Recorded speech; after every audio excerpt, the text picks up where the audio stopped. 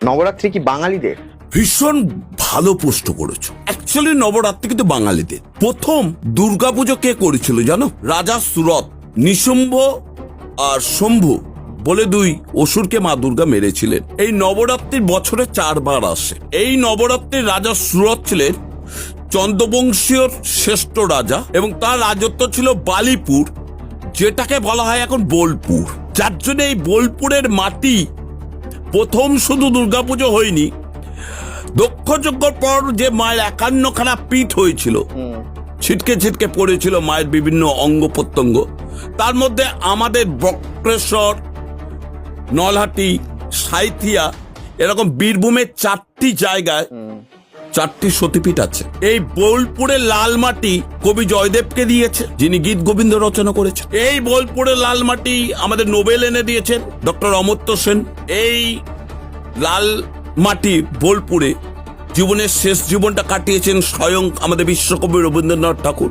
তুমি নবরাত্রি সম্পর্কে পড়তে গেলে মার্কণ্ডেয় পুরাণে যাও, নবদুর্গা সম্পর্কে পড়তে গেলে মার্কণ্ডেয় পুরাণে যাও, দেবী পুরাণে যাও। পুরাণ না পড়লে নবদুর্গা অবাঙালিদের, নবদুর্গা অবাঙালিদের লাপালাপি করো কেন? দুর্গা তো বাঙালি, ঘরে ঘরে পূজিত।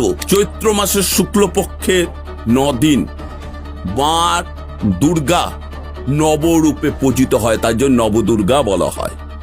প্রথম দিন শৈলপুত্রী, দ্বিতীয় দিন ব্রহ্মচারিণী, তৃতীয় দিন চন্দ্রঘণ্টা, চতুর্থ রাত্রিতে হয় কুমন্ডা, পঞ্চমীতে হয় স্কন্দ মাতা, ষষ্ঠীতে হয় কাত্যায়নী, সপ্তমীতে হয় কালো রাত্রির, অষ্টমীতে মহাগৌরী অন্নপূর্ণা আর দশমীতে সিদ্ধিদাত্রী।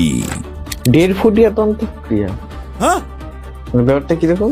কোনোদিন মনে শুনিনি, প্রথম শুনলে। হ্যাঁ, ঘটনা হচ্ছে এটা অঘরতন্ত্রের একটা বিরাট বড় পাঠ। যারা জারজ সন্তান হয় দেখবে অনেক সময় ভ্রূণ ফেলে দেওয়া হয়, ভ্রূণের মধ্যে তো প্রাণ থাকে, অপআত্মা প্রাণগুলোকে নিয়ে কিছু তান্ত্রিক তন্ত্রক্রিয়া করে। আজকে তোমার মাঙ্গলিক, উফ বাবা, এই মাঙ্গলিক নিয়ে অনেক কথা মনে পড়ে গেল। এটা বিরাট বড় ব্যবসা চলছে। মাঙ্গলিক মানেই ভয়ের কারণ। টিউমার হয়েছে মানে ক্যান্সার, এটা যেমন ধরে নেওয়াটা বোকামো, ঠিক তেমনি মাঙ্গলিক মানেই ভয়ের কারণ তা নয়।